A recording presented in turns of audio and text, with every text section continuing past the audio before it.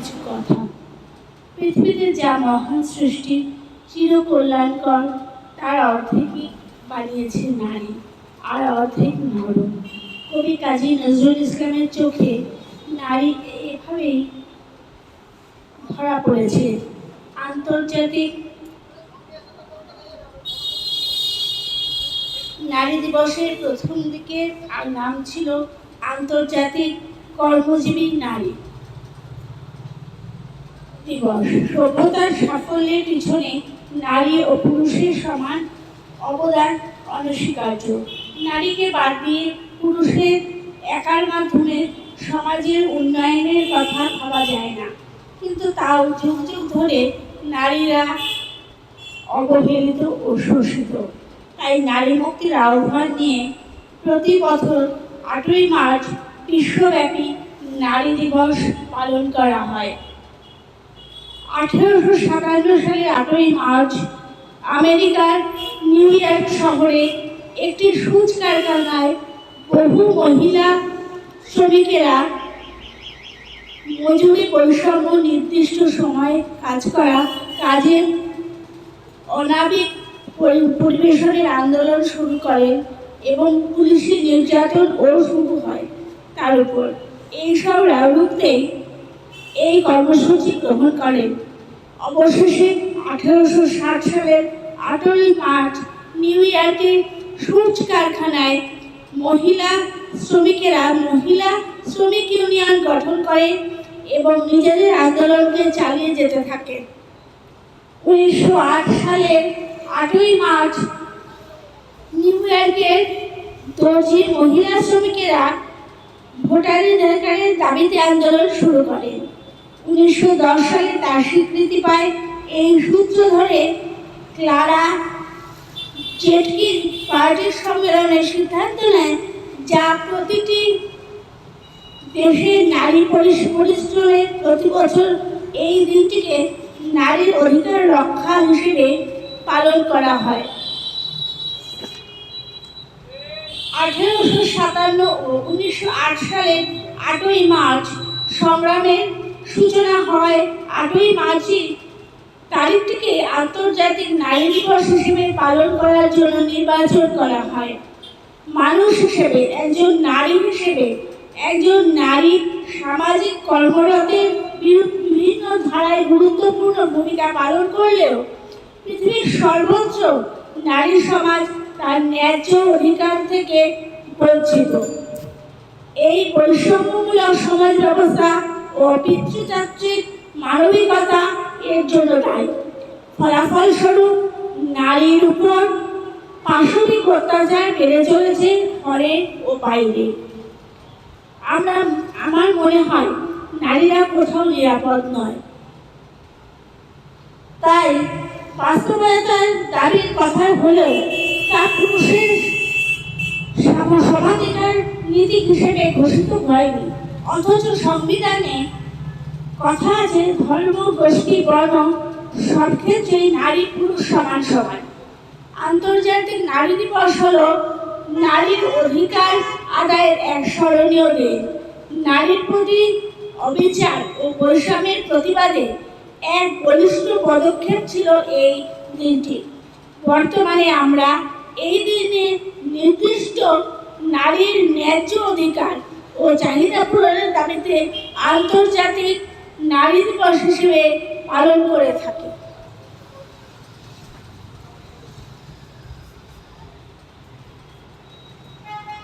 কবি অর্পিতা ব্যানার্জিকে আমরা পুষ্পস্তবক দিয়ে বরণ করে নিলাম। উনি একজন খুব ভালো লেখিকা।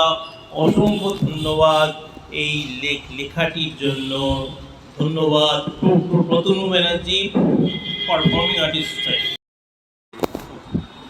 তুমি কন্যা হয়ে গৃহে আলো দাও, পত্নী হয়ে করো সেবা, জননী হয়ে গর্ভধারিণী তুমি, নারী তুমি যে অনন্যা। তুমি মা শক্তি, তুমি মা সৃষ্টি, তুমি যে দশভুজা, পরকে তুমি আপন করো, নারী জীবন নয় সোজা। পরের কবিতা অন্য নারী। গর্ভেই জন্ম আমার, তোর বুকেতেই যান। তবু নারী পথের বালি, সমাজে নেই তো তার মান। প্রতিবাদের আগুন নিভে গেছে, রয়েছে শুধুই তুষ। নারী তুমি হেরে গেছো, চারিদিকে তার রোষ। নারী তুমি দেবী রূপে নেমে এসো মর্তে, বাজাবো কাসর, বাজাবো ঘণ্টা, বাজাবো শঙ্খধ্বনি। অসুর বিধান করতে এবার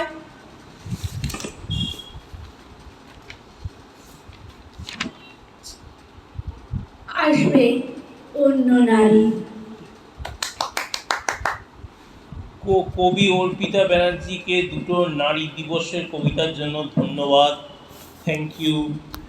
ফ্রেঞ্চে আমরা বলি মের্সি বহু। গঙ্গোপাধ্যায়ের লেখা কবিতা, যদি নির্বাসন দাও। যদি নির্বাসন দাও, আমি ওষ্ঠে অঙ্গুলি ছোঁয়াবো। আমি বিষ পান করে মরে যাব। বিষণ্ণ আলোয় এই বাংলাদেশ, নদীর শিয়রে ঝুঁকে পড়া মেঘ, অপ্রান্তরে দিগন্তে নির্নিমেষ, এ আমারই 3.5 হাত ফুল। যদি নির্বাসন দাও, আমি ওষ্ঠে অঙ্গুলি ছোঁয়াবো।